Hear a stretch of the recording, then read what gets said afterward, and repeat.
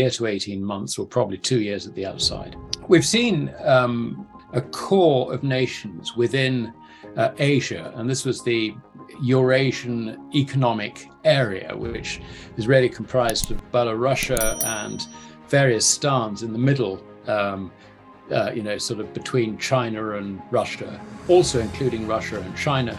We're trying to set up a currency which will be used for trade settlement purposes only, rather than circulating alongside national currencies.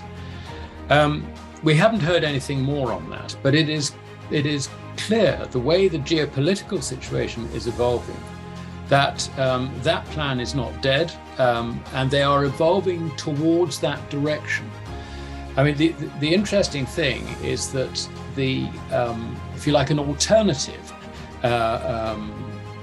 geopolitical entity compared with the American and NATO-led political entities with which we are more familiar.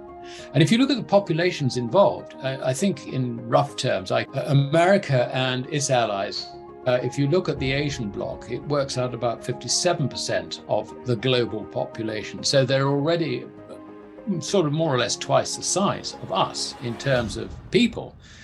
Now, in the old days, we wouldn't have worried about this because, impoverished nomads who don't really figure in the economy. So what? Who cares? But actually, things have changed hugely in Asia. You've got communications which are being set up, it's developing. Those economies are in an industrial revolution which is ongoing, despite the problems we see in China in the property sector. It's still ongoing. And we even see that one of the two founding partners of the petrodollar, Saudi Arabia, the other one obviously being America, but Saudi Arabia is now flirting with the idea of joining BRICS.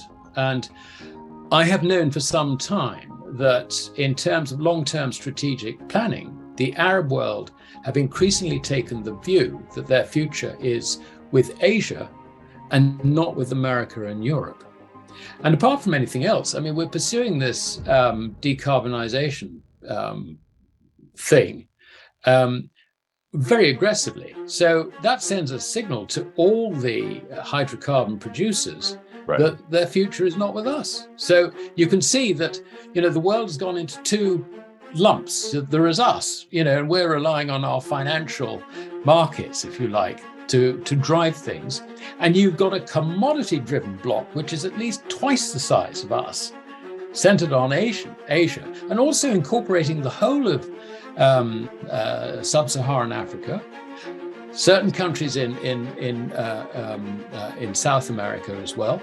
I mean, this is enormous. It's far bigger than us. And these guys are all commodity-driven, and they will seek protection from a collapse in our currencies by tying their currencies somehow towards into their commoditized or the commodity-driven economies. So whether they go on a gold standard or whatever in the fullness of time, I don't know, we'll have to see. I mean, I just noticed there is a marked reluctance of every central bank in the world to part with any gold whatsoever. They seem it's all right for them, but it's not all right for us. So, that I think is a development which we will have to see closer to the time. But meanwhile, the research that I have done has shown quite clearly that when you look at the volatility in commodity prices, and you compare the volatility in fiat currencies, which obviously what we watch the dollar price of copper, for example, dollar price of oil, compare it with the gold price for copper, oil, whatever it is. I mean, it's been very, very stable in gold terms. All the volatility is actually in the fiat currencies, which is completely the other way around from where we think. We think that actually it's the copper price being volatile or the oil price being volatile. It's not. It's our currency. It's our currency against those individual commodities. I mean, there are times when the price of oil will move faster than the price of copper or faster than the price of lithium or whatever. It doesn't matter because it's a question of allocation where the currency goes. But the volatility is in the currency, and that needs to be thought about very, very deeply. It actually destroys the whole concept of trying to run an economy on a fiat currency. It's a fascinating conclusion. The first thing I would say is that gold is money. It is not an investment.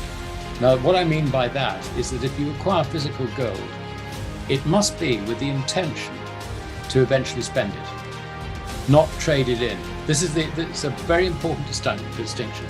Most people who buy gold in an ETF or something like that, they view it as a hedge, maybe, against the declining situation.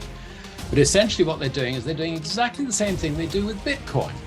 They're looking at it, I can buy gold, say, currently at 1736. I think it's going to go to 2000. So I'm going to buy it so I can sell it at 2000.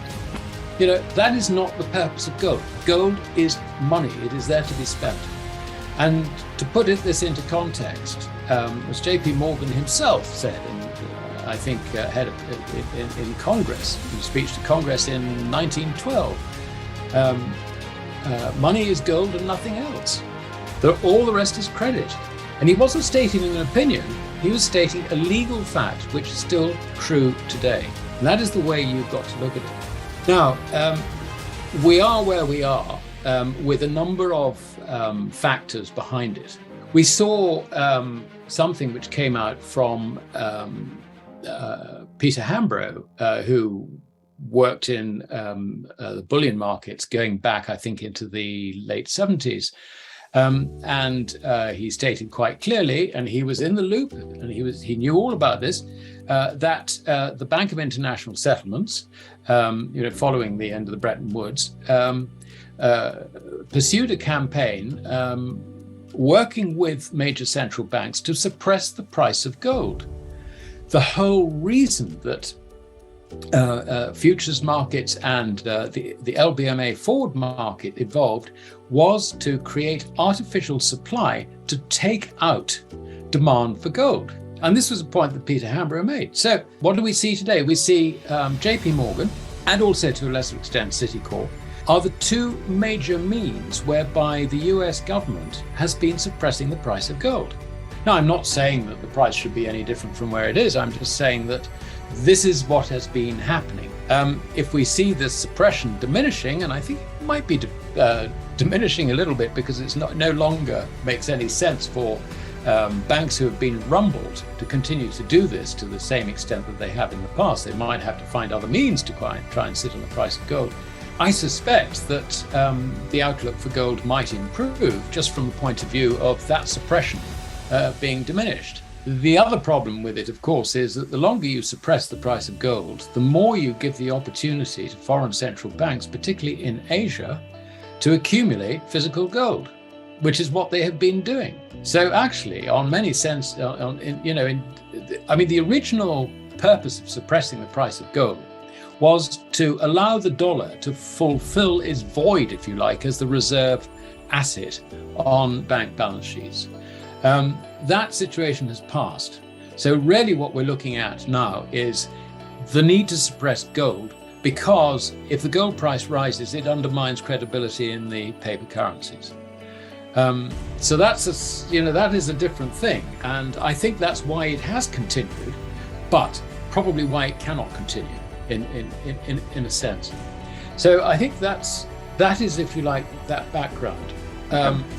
Accepting that the whole point of hoarding gold, physical gold, holding gold, is that it is money and it is to be spent. Then if you couple that with the regularity of banking crises, and the next one coming up, which we are on the verge of, as we've already discussed, is likely to be extremely severe, what I would see is crisis first, and I would see the reaction in the gold price second.